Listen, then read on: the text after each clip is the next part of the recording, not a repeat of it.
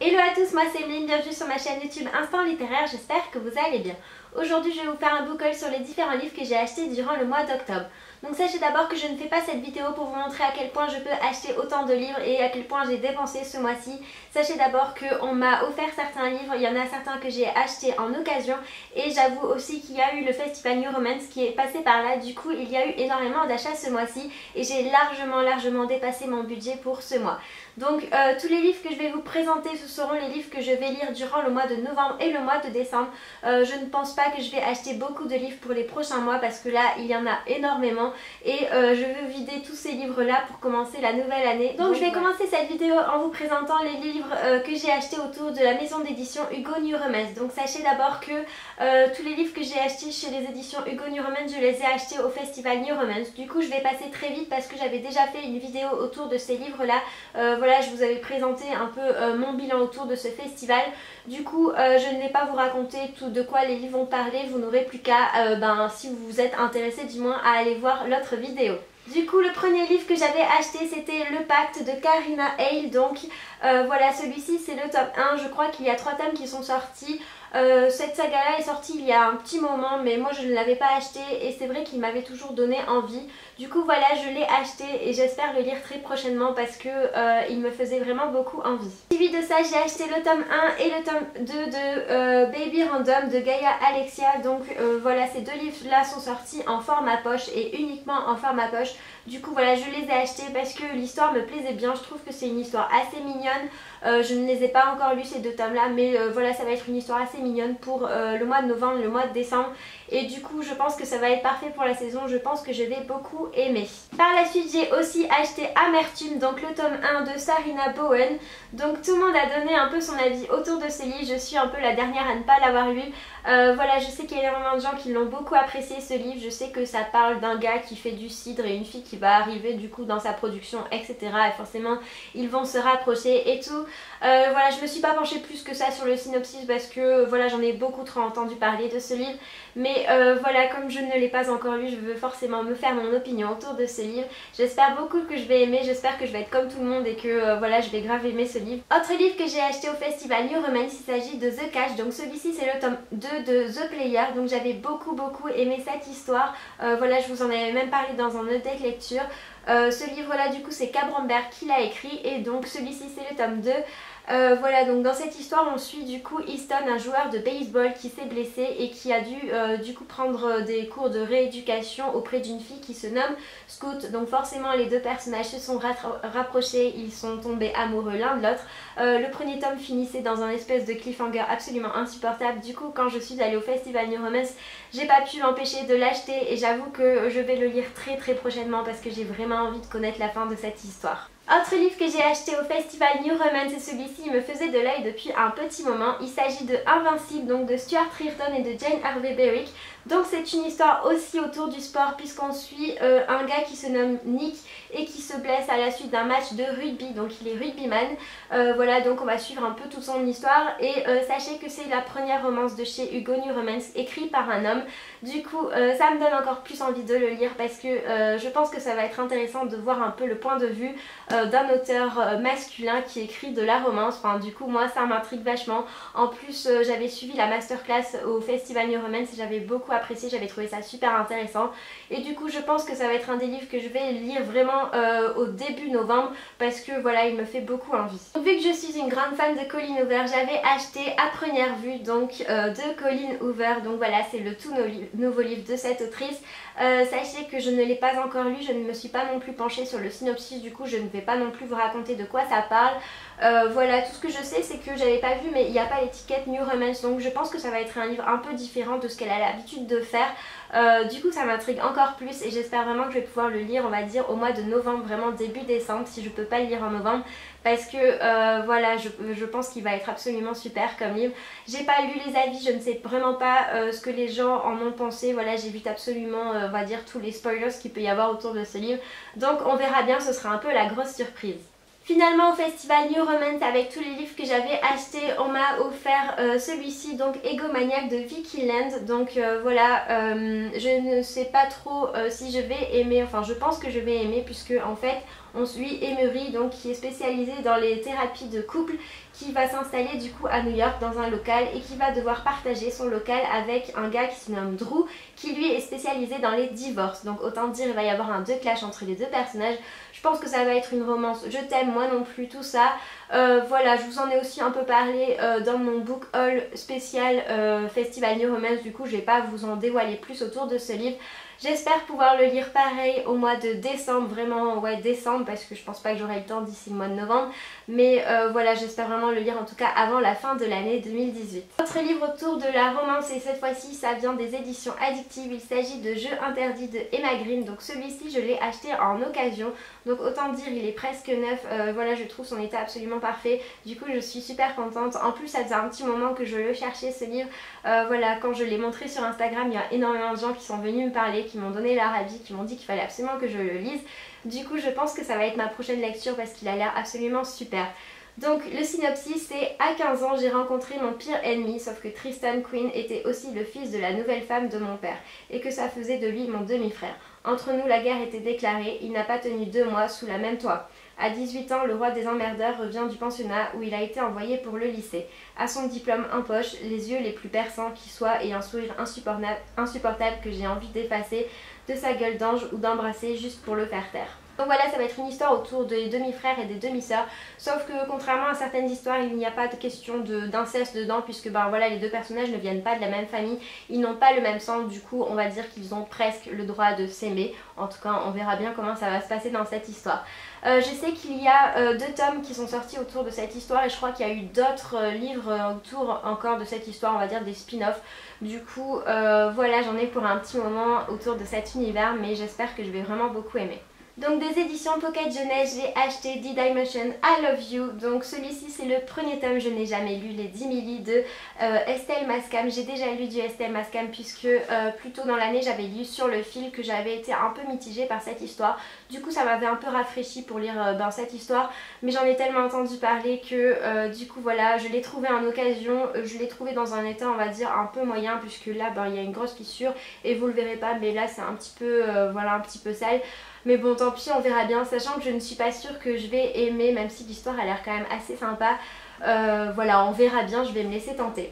Donc on suit l'histoire de Eden qui a 16 ans et qui va passer l'été dans la famille recomposée de son père à Santa Monica en Californie. Ce dernier a refait sa vie, ce qui veut dire 3 nouveaux demi-frères pour Eden. Le plus âgé, Tyler, est un vrai bad boy, séducteur, égocentrique, violent. Fascinée, elle ne peut s'empêcher de succomber au charme de la seule personne qui lui est défendue, son demi-frère. Donc voilà, comme le livre précédent, ça va être une histoire autour des demi-frères et des demi-sœurs. Encore une fois, il n'est pas question d'inceste puisque les personnages n'ont pas le même sang, ne viennent pas de la même famille et tout ça. Voilà, il y a beaucoup de gens qui l'ont lu, il y a beaucoup de gens qui ont été complètement accros avec cette histoire. J'espère que ça va vraiment le faire avec moi. Voilà, je sais pas vraiment quand est-ce que je vais le lire, surtout que la couverture ne rentre pas trop dans l'air du temps, on va dire du mois de novembre-décembre, sachant que l'histoire se passe en Californie, là où il y a du soleil et les palmiers, donc autant dire que ça fait contraste avec nous. Mais voilà, je pense quand même que je vais le lire très prochainement parce que cette histoire m'intrigue beaucoup. Finalement, des éditions Pocket Jeunesse, j'ai aussi acheté Une braise sous la cendre de Saba Tahir. Donc voilà, il y a plusieurs Instagrammeuses qui m'ont dit qu'il fallait que je lise ce livre parce qu'il était vraiment pas mal. Du coup je l'ai acheté en neuf, du coup voilà, je l'ai payé plein pot on va dire. Voilà, donc cette histoire ça raconte un peu l'histoire autour d'une rébellion, voilà, entre 2 peuples, voilà. Donc je vais vous raconter le synopsis, ce sera plus facile. Donc autrefois, l'Empire était partagé par des érudits cultivés, gardiens du savoir, et les martiaux, armés redoutables, brutales, dévoués à l'empereur. Mais les soldats ont pris le dessus et désormais quiconque est surpris en train de lire ou d'écrire s'expose au pire châtiment. Dans ce monde sans merci, Laïa, une esclave, et Elias, un soldat d'élite, vont tout tenter pour retrouver la liberté et sauver ceux qu'ils aiment. Donc voilà, je pense que ça va être super jeunesse comme histoire, mais comme c'est autour un peu de la rébellion, des choses un peu interdites, tout ça, je pense que je vais beaucoup aimer. Voilà, sachez qu'il y a déjà du coup 2 tomes qui sont sortis, celui-ci c'est le premier tome, donc je verrai bien si j'aime. Si j'aime, du coup j'achèterai forcément le prochain tome et je vous en parlerai très prochainement dans un update lecture. Donc avant de passer au livre autour du fantastique, je vais vous présenter 2 livres poche que j'ai achetés. Donc celui-ci, il s'agit de Hybride, le tome 2 de Slade, donc écrit par Lauren Donner, sorti chez les éditions Milady. Donc j'avais déjà lu le premier tome de Hybride et j'avais été un peu mitigée donc avec cette histoire. Voilà, je vous ai fait un update lecture là-dessus, donc du coup vous n'avez plus qu'à le retrouver pour pouvoir avoir mon avis complet. Mais comme je l'avais dit, voilà, j'avais voulu me laisser tenter par le second tome parce qu'il y a des gens qui m'ont dit que le second tome et le troisième tome étaient beaucoup mieux que le premier tome. Et en plus j'avais été un peu fascinée avec l'histoire autour de l'hybridité, autour voilà, des tensions entre les hybrides et les humains. Du coup j'ai envie de savoir la suite et je pense que les tensions vont carrément grimper avec ce second livre. Donc dans cette histoire on suit Trisha qui est fascinée par les hybrides depuis qu'elle a sauvé la vie de l'un d'entre eux. Profondément droguée, il lui promet un plaisir tel qu'elle n'en a jamais connu avant d'être maltraitée par les gardes de l'hôpital. Pourtant, quand leurs chemins se recroisent par hasard un an plus tard, Slade ne la reconnaît pas immédiatement. Lorsque la vie de Trisha est mise en danger, il se jure de la protéger et se racheter auprès d'elle. Mais le désir qui les enflamme est lourd de conséquences et plus dangereux encore que les hommes qui les poursuivent. Donc voilà, on verra bien si j'aime beaucoup ce second tome ou pas. En tout cas, pour moi ça va être un peu la seconde chance parce que si j'arrive pas à accrocher avec cette histoire, je pense que j'arrêterai là parce que ben voilà, il faut pas non plus trop se pousser, enfin trop se forcer quand on n'aime pas trop une histoire. En format poche, j'avais acheté L'inconnu d'Halloween de Marie Hart. Donc celui-ci, je l'avais acheté un peu dans le cadre d'Halloween parce que je cherchais une petite romance mignonne autour d'Halloween. Donc j'étais tombée dessus et pour vous dire la vérité, j'ai été clairement mitigée. Je vous en parlerai dans un prochain update lecture. Mais voilà, il y a plusieurs choses qui m'ont dérangée dans ce livre. Du coup, je vous le conseille moyennement. En tout cas, le synopsis n'a absolument, on va dire presque rien à voir avec l'histoire en elle-même. Je m'attendais à un truc un peu à la Cendrillon version Halloween et pas du tout en fait. On sait rapidement qui est le mystérieux inconnu, etc. Donc j'ai été un peu déçue. Donc voici le synopsis. Tu es la reine des pantouflards, viens à cette fête et trouve-toi un mec défié par son frère de quitter son canapé et son legging. Sadie décide de l'accompagner à la soirée d'Halloween et, quitte à se lâcher, de s'y lâcher vraiment. C'est en princesse viking masquée et sans aucune inhibition qu'elle se laisse séduire dans l'ombre par le plus haut des diables. Mais tout est en une fin et elle se sépare de l'inconnu sans même avoir vu son visage. Impossible de renoncer à lui si facilement. Seulement comment et où retrouver celui dont on ne connaît pas les mains brûlantes? Faudra-t-il attendre le prochain Halloween et compter sur le hasard pour croiser de nouveau l'inoubliable démon? Donc voilà, je vous conseille de vraiment pas vous méfier autour du synopsis parce que comme je vous ai dit, l'histoire n'a pas trop à voir avec le synopsis, sachant qu'on sait rapidement qui est ce fameux inconnu. Du coup voilà, je vous en dirai pas plus parce que voilà, je le développerai dans un prochain update lecture, mais sachez quand même que j'ai été assez mitigée. Donc autour des livres fantastiques, j'ai acheté Destinée, donc le tome 1 de Bénédicte Jacquat. Donc voilà, ce livre là je suis tombée un peu complètement même par hasard dessus. C'était quand je me baladais dans Cultura, voilà, j'ai complètement craqué dessus parce que c'était un coup de cœur Cultura et que le synopsis m'avait donné envie. Du coup ben voilà, je l'ai acheté, je l'avais acheté aussi pour vous dire parce que je comptais le lire on va dire dans la période d'Halloween. Je ne l'ai pas encore lu, du coup j'espère le lire vraiment début novembre histoire de rentrer encore autour de tout cet univers un peu autour d'Halloween parce que voilà, la couverture s'y prête bien en plus. Du coup voilà, donc dans le synopsis on suit Alex Verus qui vit à Londres et qui est devin. Il peut voir le futur comme un faisceau de probabilités. Pour le commun des mortels c'est un don impressionnant, mais pour les autres mages c'est le bas de l'échelle des arts occultes. Après que son apprentissage a viré au cauchemar, Alex a tourné le dos à cette confrérie. Trop de rivalités, de secrets, de complots, trop de morts aussi. Sa seule ambition est de mener une existence sans histoire, cachée dans sa boutique d'accessoires pour magiciens amateurs. En catimini, il continue à fournir du matériel plus sérieux à de vrais mages, tout en sachant qu'il court le risque de se retrouver mêlé à des luttes dangereuses. Quand une relique puissante échoue entre ses mains, il se retrouve la proie des forces auxquelles il avait essayé d'échapper, obligé de choisir un camp dans une bataille qui le dépasse. Donc voici du coup le synopsis, il est carrément long. Sachez, je crois qu'il y a 7 tomes qui vont sortir, les 3 premiers sont déjà sortis en France. Donc autant dire, il faut vraiment beaucoup accrocher pour pouvoir lire les 7 tomes. Moi j'espère en tout cas que je vais bien accrocher, que je vais bien aimer parce que voilà, ça raconte une histoire autour de la magie. En plus ça se passe à Londres. Donc j'espère qu'on va un peu retrouver l'univers, on va dire Harry Potter, tout ça, on verra bien. En tout cas voilà, je ne peux pas encore vous le conseiller puisque je ne l'ai pas lu, mais j'espère que je vais vous en parler prochainement. Autre livre que j'ai acheté, il s'agit de Le Dernier Magicien, donc le tome 1, L'Ars Arcana de Lisa Maxwell sorti chez les éditions Casterman. Donc celui-ci je l'avais acheté en même temps que l'autre livre. Sachez que dès que je l'ai acheté, je l'ai lu parce que voilà, j'en avais entendu énormément parler. Du coup je le voulais depuis un petit moment et j'ai vraiment beaucoup aimé et j'ai compris pourquoi tout le monde en parlait de ce livre parce qu'il est absolument incroyable. Donc de nos jours à New York, les magiciens vivent terrés dans Manhattan qu'ils ne peuvent quitter sous peine de mort. Esther, une magicienne à l'affinité hors norme, a le don de voyager à travers les époques et de figer le temps. Elle seule peut se rendre en 1902, là où tout a commencé, là où le magicien s'est jeté du pont de Brooklyn avec l'Ars Arcana, le livre ancien contenant tous les secrets de la magie, la condamnant à des lendemains sans espoir. Donc je vous avais déjà donné mon avis autour de ce livre dans un index lecture, du coup je vous invite à aller le voir, mais sachez que ce livre est absolument incroyable, du coup je vous le conseille, je le conseille vraiment à toutes les personnes qui aiment les histoires fantastiques autour de la magie, les fans d'Harry Potter, etc. parce que ça vaut vraiment le coup.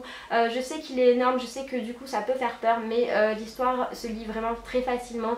Voilà, il y a vraiment beaucoup de suspense, du coup on n'a jamais envie de le lâcher ce livre. C'est super addictif, du coup voilà, vous n'allez pas voir les pages passer et voilà, vous allez passer un bon moment avec ce livre. Et pour finir avec les livres, j'ai acheté Shade of Magic, donc c'est le premier tome de V.E. Schwab, donc sorti chez les éditions Lumen. Donc ce livre là il est sorti il y a un petit moment, pareil je ne l'ai pas encore lu, je suis sûrement la dernière personne sur terre à ne pas l'avoir lu. Sachez qu'il y a déjà 3 tomes qui sont sortis, donc les 3 tomes voilà prévus sont déjà sortis, on peut lire déjà toute l'histoire. Du coup moi j'ai vraiment hâte de m'y pencher, j'ai vraiment hâte de le lire. Je me suis pas trop penchée sur le synopsis parce que j'en ai déjà beaucoup trop entendu parler, du coup voilà, j'ai pas trop envie d'en savoir plus sur l'histoire, les personnages, etc. Je verrai bien au moment voulu. En tout cas, voilà, je pense que je vais beaucoup aimer cette histoire parce que voilà, ça se rapproche encore une fois de la magie, de tout ça, et j'aime beaucoup cet univers et j'aime encore plus cet univers quand la période de Halloween, novembre, décembre arrive. Du coup, c'est parfait pour moi. Donc voilà, cette vidéo est finie pour aujourd'hui, j'espère qu'elle vous aura plu. N'hésitez pas à laisser des commentaires, à me dire ce que vous comptez lire pour le mois qui va arriver, à me dire si vous avez déjà lu les livres que je vous ai montrés. Et voilà, laissez autant de commentaires que possible et surtout n'hésitez pas à vous abonner. Bye bye!